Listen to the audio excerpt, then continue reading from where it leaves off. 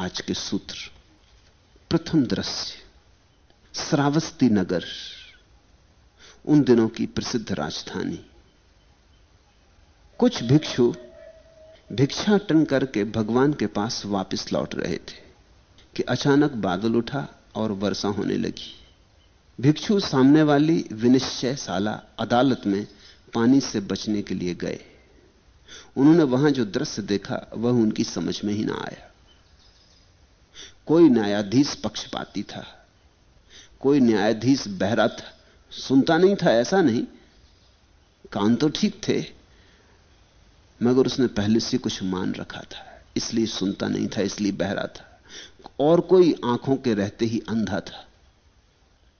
किसी ने रुष्वत ले ली थी, कोई वादी प्रतिवादी को सुनते समय झपकी खा रहा था, कोई धन के दबाव में था, कोई पद के, कोई जाति वंश के, कोई धर्म के। और उन्होंने वहां देखा कि सत्य झूठ बनाया जा रहा है और झूठ सच बनाया जा रहा है। न्याय से किसी को भी कोई प्रयोजन नहीं, और जहां न्याय तक ना हो वहां करुणा तो हो ही कैसे सकती थी। उन भिक्षुओं ने लौटकर यह बात भगवान को कही। भगवान ने कहा, ऐसा ही है भिक्षुओं, जैसा नहीं होना चाहिए वैसा ही हो रहा है, इसका नाम ही तो संसार है। और तब उन्होंने ये दो गाथाएं कही। नतेन होती धम्मठो एनत्थम सहसा नये, योचा अत्थम अनत्थंच उभो निच्छे पंडितो, असाहसेन धम्मेन समेन नैति परे, धम्मस्य गुत्तो मेधावी धम्मठोवति पबुच्यति। बिना विचार किए यदि कोई धर्म निर्णय न्याय करता है तो वह धर्मस्थ न्यायाधीश नहीं है। जो पंडित अर्थ और अनर्थ, न्याय और अन्याय दोनों का निर्णय कर विचार, धर्म और समत्व के साथ न्याय करता है, वही धर्म से रक्षित मेधावी पुरुष न्यायाधीश है।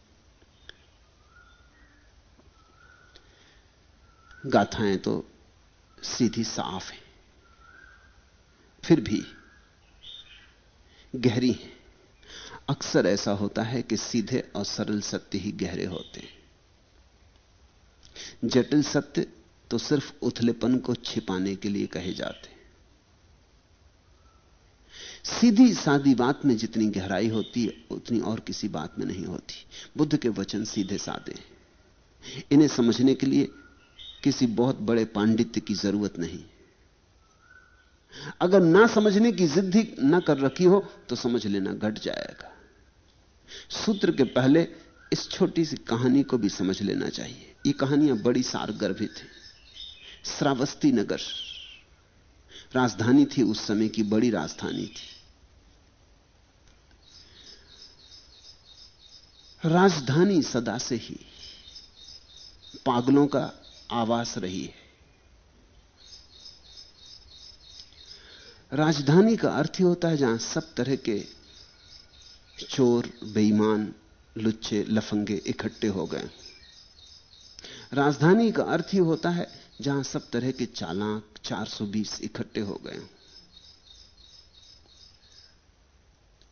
राजधानी में सब तरह के उपद्रवियों का अपने आप आगमन हो जाता है। अंग्रेजी में राजधानी के लिए शब्द है कैपिटल।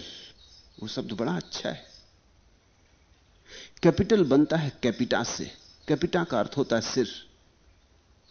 कहते हैं ना पर कैपिटा। कैपिटल बनता है कैपिटा से। उसका अर्थ होता है जहां सिर ही सिर इकट्ठे हो गए।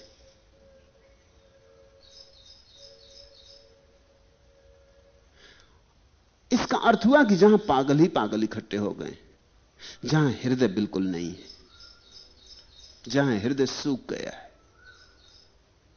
जहां हृदय से कुछ भी नहीं घटता है, जहां हर चीज गणित से चलती, तर्क से चलती, खोपड़ी से चलती, जहां करुणा के कोई फूल नहीं खिलते। बुद्धि बड़ी कठोर है, गणित में कोई दया नहीं होती। गणित जहरीला है, और जहां तर्क से ही सब चलने लगता है वहां हम परमात्मा के बिल्कुल विपरीत हो जाते, क्योंकि परमात्मा की जीवन की जो धारा है वो भाव से बहती, हृदय में उसकी तरंगें उठती। तो श्रावस्ती थी राजधानी। बहुत बार यह सवाल भी उठा है बौद्धों को कि बुद्ध बहुत बार श्रावस्ती गए, इतनी बार श्रावस्ती क्यों गए? इन्हीं पागलों की वजह से गए होंगे। चिकित्सक वहीं जाता है ना जहां ज्यादा बीमार हो, चिकित्सक की वहां जरूरत भी ज्यादा होती। श्रावस्ती नगर कुछ भिक्षु भिक्षाटन करके भगवान के पास वापस लौट रहे थे। बुद्ध ने सन्यास में एक क्रांति घटित की। बुद्ध के पहले सन्यासी को कहते थे स्वामी। स्वामी शब्द प्यारा है, उसका अर्थ होता है अपना मालिक। लेकिन मूर्छित लोगों को कितना ही प्यारा शब्द दो, उसमें से गड़बड़ कर लेंगे। स्वामी लोग समझने लगे कि हम दूसरों के मालिक। नाम तो दिया था अपने मालिक के लिए, लेकिन स्वामी समझने लगे हम दूसरों के मालिक। हिंदू स्वामी अभी भी वैसे ही समझता है कि और सबका काम यही कि चरण छुओ। जैन मुनि भी वैसा ही समझता है, और सबका काम यही कि आओ सेवा करो। अपनी मालकियत की तो बात भूल गई, दूसरों की मालकियत, दूसरों पर कब्जा, दूसरों के ऊपर होने का भाव प्रगाढ़ हो गया। बुद्ध ने वो शब्द बदल दिया। बुद्ध ने नया शब्द गढ़ा, भिक्षु। ठीक उल्टा शब्द, कहां स्वामी कहां भिक्षु, ठीक दूसरी तरफ बात को बदल दिया। बुद्ध ने कहा कि नहीं, यह शब्द खतरनाक हो गया। शब्द के अर्थ तो ठीक थे, लेकिन गलत लोगों के हाथ में ठीक शब्द भी पड़ जाए तो खराब हो जाते। गलत पात्र में अमृत भी पड़ जाए तो जहर हो जाता है। तो बुद्ध ने भिक्षु शब्द सुना। बुद्ध ने कहा कि तुम यही ख्याल रखना कि तुम भिखारी से ज्यादा नहीं, और तुम मांग कर ही जीना, ताकि प्रतिदिन तुम्हें याद आती रहे कि अहंकार को बसाने की कोई गुंजाइश नहीं। भिखारी को क्या अहंकार की गुंजाइश?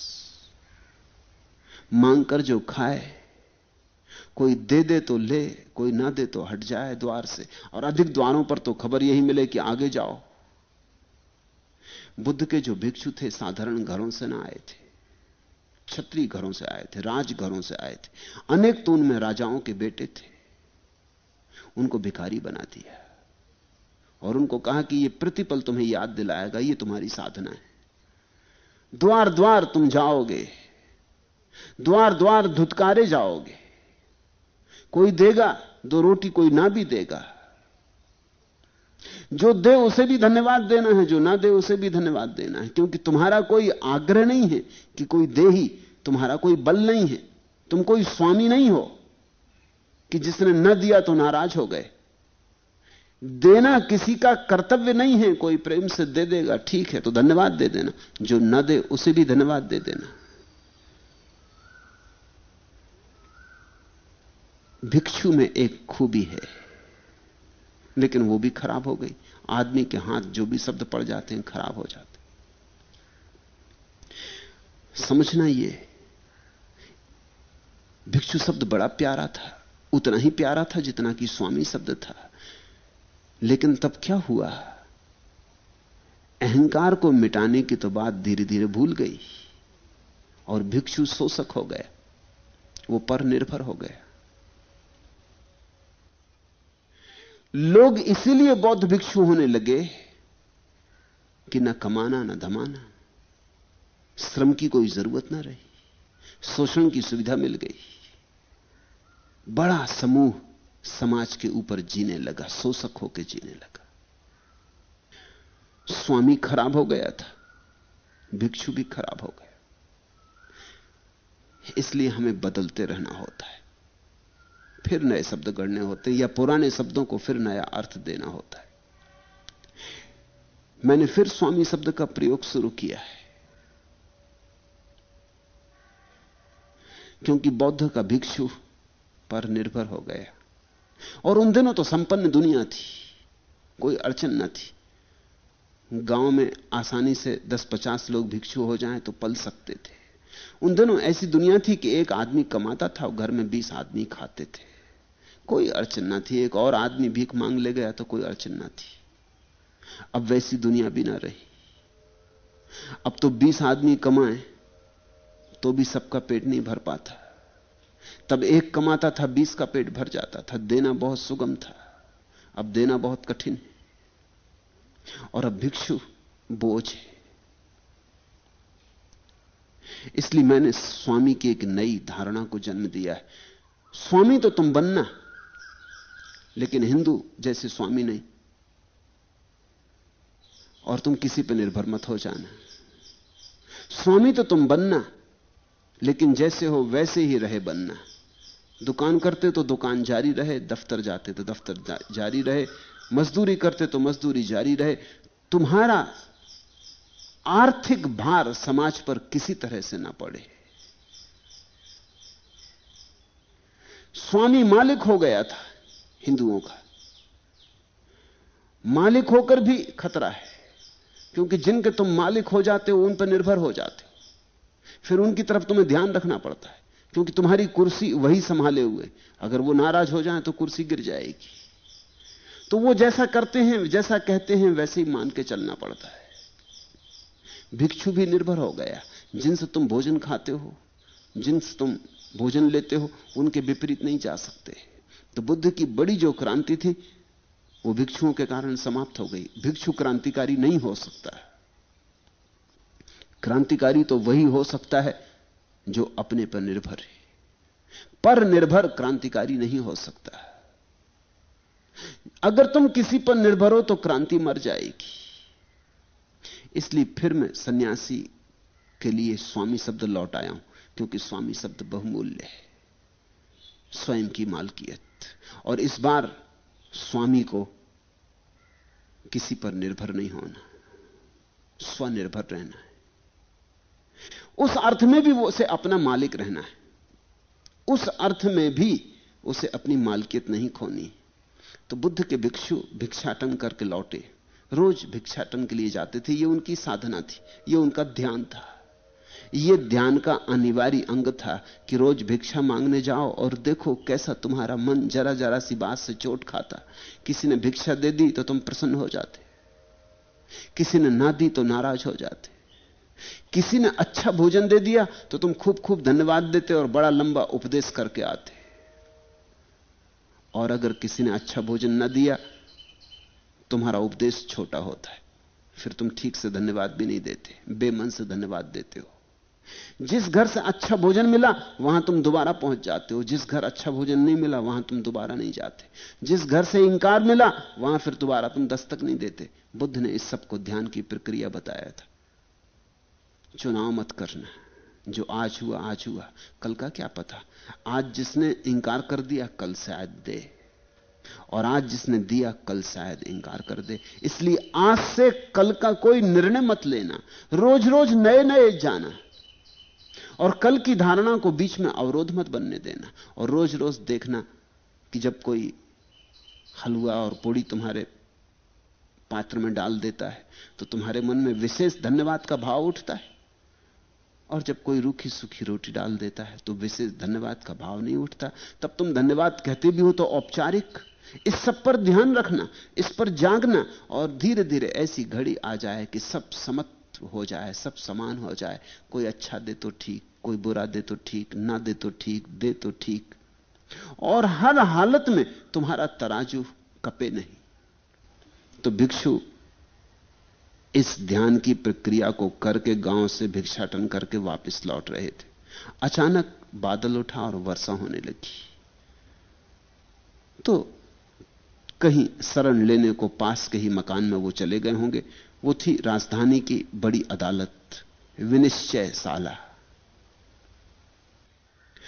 उन्होंने वहां जो दृश्य देखा उनकी समझ में ही ना आया।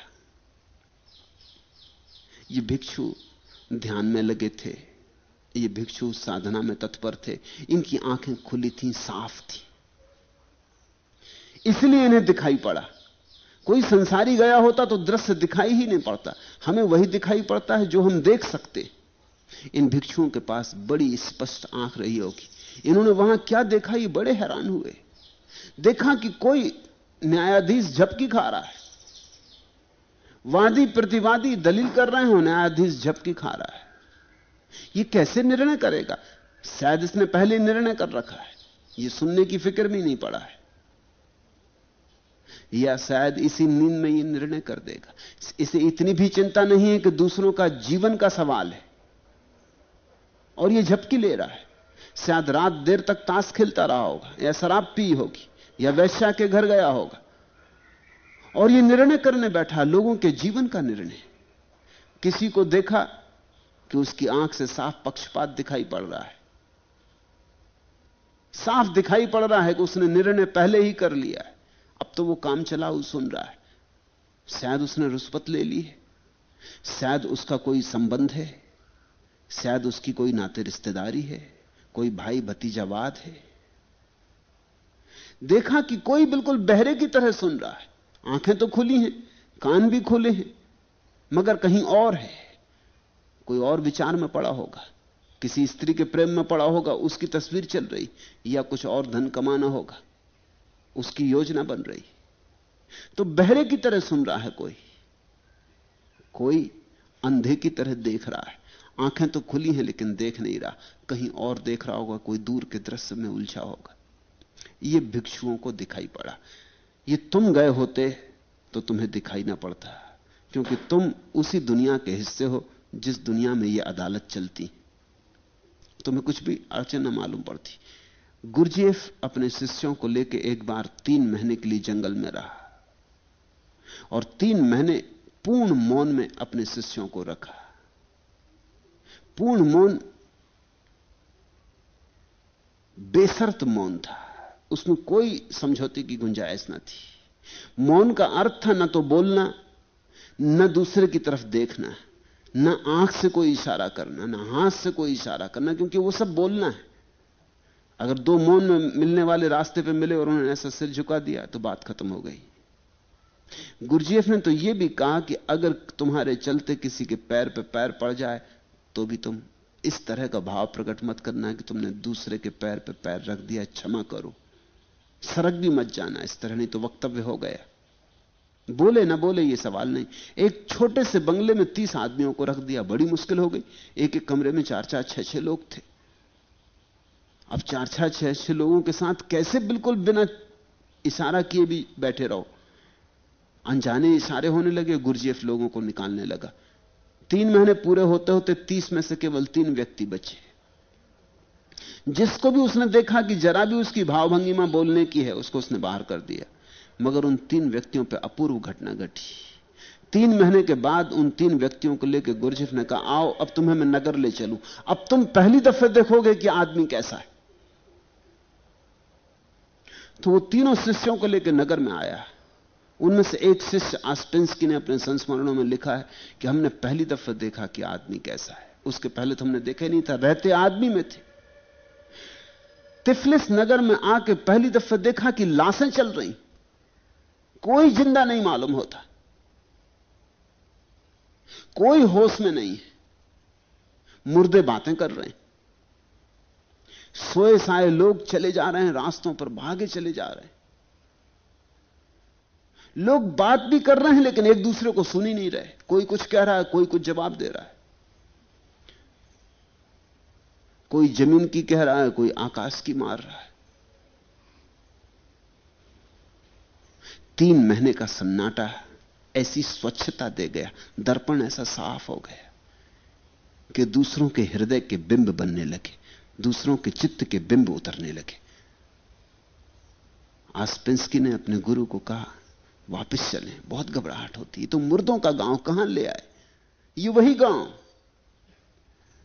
जहां वर्षों रहे लेकिन कभी इन आदमियों को देखा नहीं, क्योंकि हम भी वैसे ही थे तो कैसे देखते?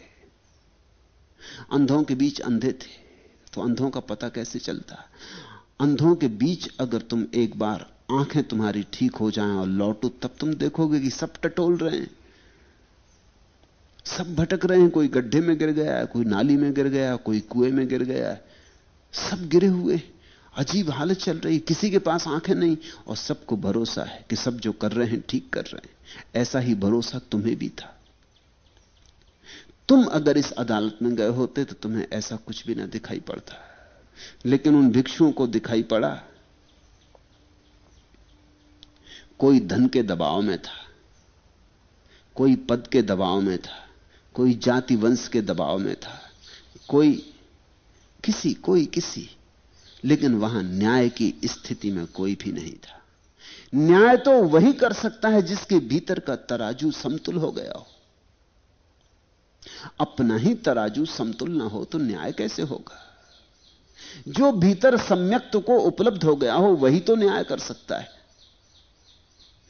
जिसके भीतर ही अभी समता नहीं, समझो कि तुम ब्राह्मण हो और ब्राह्मण पर मुकदमा चल रहा है, तो अनजाने ही तुम कम सजा दोगे। अनजाने ही, नहीं कि तुम जान के कम सजा दोगे, यह भी नहीं कहा जा रहा है। तुम्हें पता ही ना चलेगा, यह अचेतन हो जाएगा। तुम अगर हिंदू हो और हिंदू पर मुकदमा चल रहा है तो तुम थोड़ी कम सजा दोगे। वही जुर्म अगर मुसलमान ने किया हो तो थोड़ी ज्यादा सजा हो जाएगी। अब कुछ बहुत नापतोल के उपाय तो नहीं है। उसी जुर्म के लिए साल की सजा दी जा सकती है, उसी जुर्म के लिए 1.5 साल की सजा दी जा सकती है, उसी जुर्म के लिए माफ भी किया जा सकता है। तुम तरकीबें खोज लोगे, तुम उपाय खोज लोगे। और ऐसा नहीं कि तुम जान के ये कर रहे हो, ख्याल रखना ये सब अनजाने हो रहा है, तुम्हें पता ही ना चलेगा। ये चुपचाप अचेतन का खेल है जो तुमसे करवा लेगा। लोग जब तक होश में ना हो तब तक अचेतन की बड़ी शक्ति होती, सहज ही हो जाता। समझो कि एक सुंदर स्त्री अदालत में खड़ी, उस पर मुकदमा चल रहा है, तुम्हारा मन सहज ही उसे कम सजा देने का होगा, नहीं कि तुम सोच रहे हो ऐसा। लेकिन सुंदर स्त्री अगर तुम्हें आकर्षित करती है तो स्वभावतः तुम कम सजा दोगे। इस बात को सारी दुनिया समझ गई, इसलिए पश्चिम के देशों में दुकानों पर चीजें बेचने के लिए आदमी हटा लिए गए हैं, औरतें आ गई। ये बात समझ में आ गई। समझो कि तुम एक जूते की दुकान पर जूता खरीदने गए हो और एक सुंदर स्त्री अपने सुकोमल हाथों से तुम्हें जूता पहनाती, तुम्हारा पैर साफ करती, जूता पहनाती। जूता गौण हो गया, उसके सुंदर हाथ, उसका सुंदर चेहरा, उसकी सुगंध महत्वपूर्ण हो गई। और जब वो जूता पहना के तुमसे कहती कितना सुंदर लगता है, तो मुश्किल हो जाता तुम्हें कहना कि नहीं नहीं काट रहा है। तुम भी कहते हो हां बहुत सुंदर। और जब वो दूर खड़े होकर तुम्हारे पैर को देखती है, निहारती है, जैसे इससे सुंदर पैर कभी उसने देखा ही नहीं, तब तुम जल्दी से खीसे में हाथ डाल के पैसा देकर रास्ता पकड़ लेते। फिर अगर वो 20 रुपए के 22 रुपए भी दाम बताती तो भी चलता है। इसलिए पश्चिम में दुकानों से आदमी हट गए, स्त्रियां आ गई। पाया गया कि स्त्रियां सुगमता से चीजें बेच लेती, जल्दी बिक जाती चीजें। इसकी जगह समझो कि एक आदमी होता और वो भी बस शकल होता तो जूता काटने लगता, तुम 25 जोड़ियां बदलते। और जब वो 22 रुपए कहता तो तुम कहते कि दुगने दाम बता रहे हो, 12 रुपए से ज्यादा का नहीं, 10 रुपए से ज्यादा का नहीं। आदमी अचेतन से जी रहा है। तो उन भिक्षुओं ने जो देखा ठीक ही देखा। वहां बहुत कुछ हो रहा था जो न्याय के नाम पर हो रहा था और न्याय नहीं था। उन्होंने वहां देखा कि सत्य झूठ बताया जा रहा है, झूठ सच बताया जा रहा है, सच झूठ बनाया जा रहा है, झूठ सच बनाया जा रहा है। अदालतों का काम ही यही है, वकालत का पूरा धंधा यही है। वकील की जरूरत इसीलिए कि वो कैसे सच को झूठ बनाए, कैसे झूठ को सच बनाए। उसकी सारी कुशलता इसमें। जो सच को ही सच कहे, जो झूठ को झूठ कहे, वो वकील तो नहीं हो सकता। वो कुछ और हो जाए मगर वकील नहीं हो सकता। वकील का तो मतलब ही यह है कि उसमें ऐसी कुशलता हो कि झूठ को सच की तरह स्थापित करे, सच को झूठ की तरह स्थापित करे। इसमें जितनी कुशलता होगी उतना बड़ा वकील। फिर यही बड़े वकील न्यायाधीश बन जाते। एक अजीब जाल है। वकील की जरूरत ही नहीं होनी चाहिए। जब तक वकील है तब तक दुनिया में न्याय नहीं हो सकता। न्याय के लिए वकील की क्या जरूरत है? एक आदमी ने कसूर किया, वो आदमी खड़ा हो, जिसके साथ कसूर किया वो आदमी खड़ा हो। इन दोनों के बीच वकील की क्या जरूरत है? वकील जब तक बीच में खड़ा है तब तक बात साफ नहीं हो सकती। वो जाल निकालेगा, तरकीब निकालेगा, उपाय निकालेगा, वो बातों को घुमाएगा फिराएगा,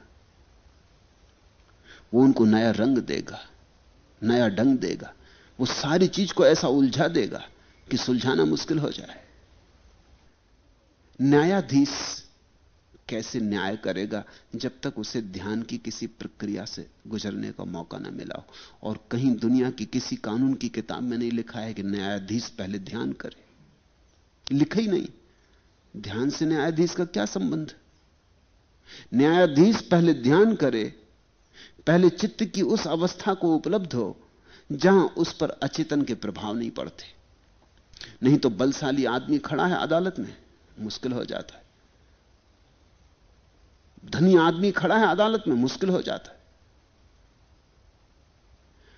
अचेतन बल पूर्वक काम करवा लेता है। पद वाला आदमी खड़ा है, मुश्किल हो जाता है।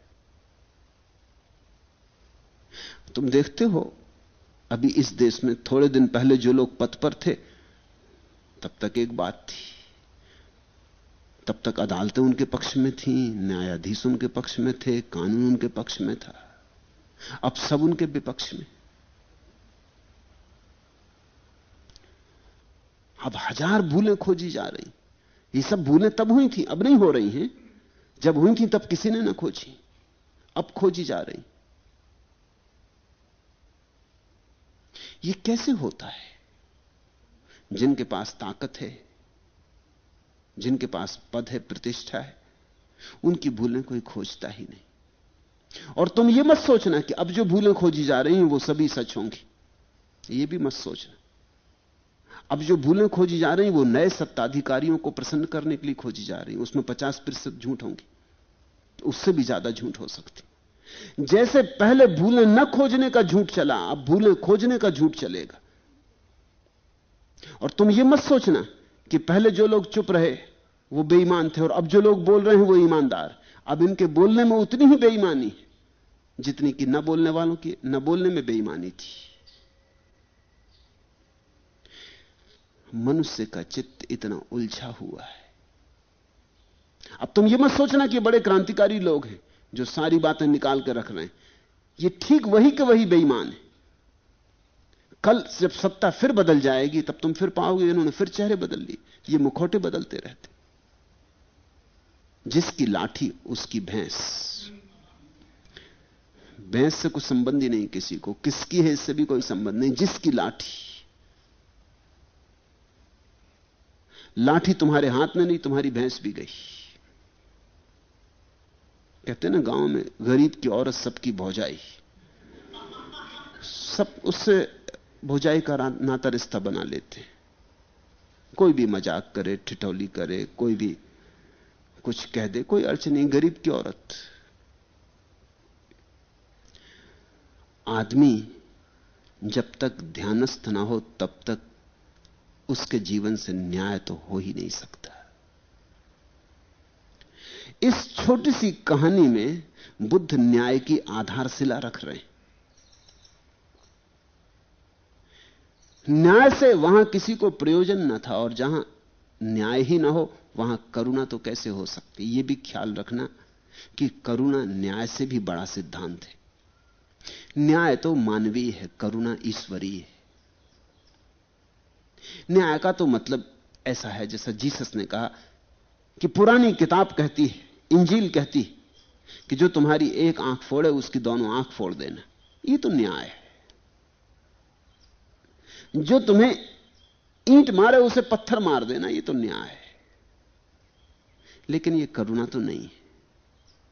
एक आदमी ने चोरी की, वो किसी के 50 रुपए जेब से काट लिए। न्याय यह है कि वो 50 रुपए वापस लौट आए और 50 रुपए चुराने के जुर्म में कुछ महीने 2 महीने की सजा काटे। न्याय ये ठीक है। न्याय ही नहीं हो रहा दुनिया में, ये भी नहीं हो रहा है। इस पे भी 1000 बातें निर्णायक होंगी कि इस आदमी को सजा मिलेगी कि पुरस्कार मिलेगा, कोई कुछ जानता नहीं। लेकिन करुणा और बड़ी बात है। करुणा तो यहां तक सोचेगी कि इस आदमी को 50 रुपए चुराने क्यों पड़े? क्या इसकी पत्नी बीमार थी? क्योंकि कोई भी चीज संदर्भ के बाहर तो नहीं हो सकती। इस आदमी ने ऐसे आकस्मिक तो 50 रुपए नहीं चुरा लिए। इसका बच्चा मर रहा था, इसकी पत्नी बीमार थी, दवा के लिए पैसे ना थे। अगर पत्नी मर रही हो और कोई 50 रुपए चुरा ले तो क्या यह इतना बड़ा जुर्म है? पत्नी को बचाने की आकांक्षा को अगर हम ध्यान में रखें तो 50 रुपए चुरा लेना क्या इतना बड़ा जुर्म? और फिर जिससे इसने 50 रुपए चुराए हैं उसके पास करोड़ों हैं, वो भी संदर्भ में ध्यान रखने की जरूरत है। उससे चुराए 50 कुछ भी ना चुराए, और इसकी पत्नी बच गई, इसको दंड मिलना चाहिए। कितना दंड मिलना चाहिए? इससे 50 रुपए छीने जाने चाहिए, इसको 2 महीने की सजा देनी चाहिए, क्योंकि इससे 50 रुपए छीनने का मतलब होगा कि इसकी पत्नी ना बचेगी, और 2 महीने इसे जेल भेजने का मतलब होगा इसके बच्चे भी मरेंगे। इसकी पत्नी बीमार रहेगी, पत्नी शायद ना बचे, बच्चे बीमार हो जाएं, बच्चे आवारा हो जाएं। 2 महीने बाद जब ये वापस लौटेगा तो इसकी हालत 2 महीने से पहले से भी ज्यादा बुरी होगी। जब उस हालत में इसने 50 रुपए चुराए थे तो 2 महीने बाद ये 100 रुपए चुराने की स्थिति में आ गया। ये तो अदालत ने कुछ काम नहीं किया, ये तो बात और गलत हो गई। तो न्याय तो छोटा सिद्धांत है, न्याय ही नहीं हो रहा। होना तो करुणा चाहिए, करुणा तो बहुत बड़ी बात है। करुणा का तो मतलब हम सारा संदर्भ सोचें, क्योंकि जो बात एक संदर्भ में ठीक है दूसरे में गलत हो सकती। संदर्भ तो सोचो, किसके चुरा लिए, किससे ले लिए, किस लिए लिए, किस अवस्था में लिए। उस अवस्था में न्यायाधीश अगर होता तो वो भी ये 50 रुपए चुराता या नहीं चुराता। पुरानी एक कहानी है। एक युवक ने अपने गुरु को कहा कि मैं ध्यान में उतरना चाहता हूं, और ऐसे ध्यान में उतरना चाहता हूं जहां कोई चीज शेष ना रह जाए, बस ब्रह्म ही शेष हो। गुरु ने कहा तू ध्यान कर। उसके लिए सब सुविधा जुटा दी। वो शांत, सारी सुविधाओं के रहते ध्यान करने लगा। कुछ दिन बाद वो उद्घोष करने लगा उपनिषद के महावाक्य का, अहम ब्रह्मास्मि। और शिष्यों ने कहा कि वो तो ज्ञान को उपलब्ध हो गया मालूम होता। अब तो वो जब भी बात करता है तो अहम ब्रह्मास्मि इसकी ही बात करता। बैठे बैठे ध्यान में अहम ब्रह्मास्मि का उच्चार होने लगता। गुरु ने उसे बुलाया, उसकी तरफ देखा और कहा ठीक, अब तू 21 दिन भोजन बंद कर दे। 21 दिन तो दूर, 5-7 दिन के बाद ही अहम ब्रह्मास्मि का उद्घोष बंद हो गए। 2 सप्ताह बीतते बीतते तो गाली गलौज बकने लगा, ये क्या बदतमीजी है, मुझे भूखा मारा जा रहा। 3 सप्ताह होते होते तो उसकी हालत विक्षिप्त की हो गई। गुरु ने उसे बुलाया और कहा क्या विचार, अहम ब्रह्मास्मि? उसने कहा छोड़ो जी बकवास, भोजन अन्नम ब्रह्म। बस इन 3 सप्ताह तो सिर्फ एक ही बात याद रही कि अन्न ही ब्रह्म है, और कोई ब्रह्मास्मि वगैरह सब व्यर्थ की बात है। तो गुरु ने कहा अब तू ठीक समझा, इतना सस्ता नहीं है। न्यायाधीश भी तो अपने को जरा रख के देखे उस परिस्थिति में जहां एक आदमी ने चोरी की। उस परिस्थिति में रख के सोचे जहां उसे चोरी के लिए मजबूर होना पड़ा, तो करुणा होगी। लेकिन करुणा तो बहुत दूर है, न्याय ही नहीं हो रहा। उन भिक्षुओं ने देखा कि न्याय कैसे संभव है, और भगवान आप तो कहते करुणा होनी चाहिए जगत में, यहां न्याय ही नहीं हो रहा है। न्याय तो बिल्कुल गणित की बात है, उसमें हृदय की कोई गुंजाइश नहीं है। करुणा तो हृदय की बात है, वो तो गणित से बहुत ऊपर है। तो उन भिक्षुओं ने लौटकर ये सारी बात भगवान को कही। भगवान ने कहा, ऐसा ही है भिक्षुओं, जैसा नहीं होना चाहिए वैसा ही हो रहा है। इसका नाम ही तो संसार है। जैसा होना चाहिए वैसा ही हो, इसका नाम निर्वाण। वही तो परम दशा है। जैसा होना चाहिए वैसा ही हो, और जैसा नहीं होना चाहिए वैसा जहां होता रहे, उसी का नाम संसार है। यह एक मूर्छित जगत है, यह एक निद्रा में डूबी हुई अवस्था है, यह एक दुख स्वप्न है। और तब उन्होंने ये दो गाथाएं कही। विचार किए बिना यदि कोई धर्म निर्णय न्याय करता है तो वह धर्मस्थ नहीं, न्यायाधीश नहीं। तो पहले तो विवेक उपलब्ध हो, विचार उपलब्ध हो, पहले तो ध्यान की शांति जगे, देखने की क्षमता आए, दृष्टि हो, निष्पक्ष देखने की दृष्टि हो, तभी कोई धर्मस्थ। तो पहले तो कोई धर्मस्थ हो तब धर्म कर सकेगा। पहले तो स्वयं न्याय में ठहरे तब न्यायाधीश हो सकेगा।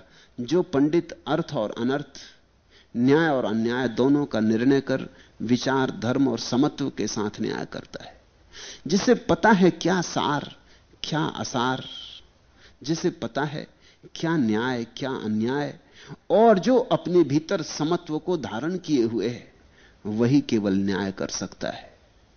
तो न्याय के लिए तो समत्व अनिवार्य शर्त है, और समत्व समाधि का लक्षण। कभी शायद मनुष्य जाति उस ऊंचाई पर आएगी जब न्यायाधीश होने के लिए समाधि अनिवार्य होगी।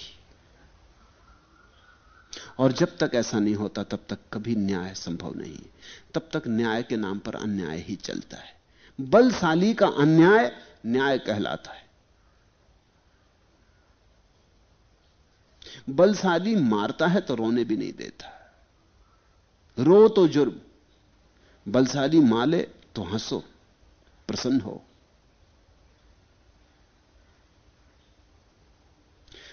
जर्मनी का एक सम्राट था फ्रेडरिक, उससे लोग बहुत डरते थे,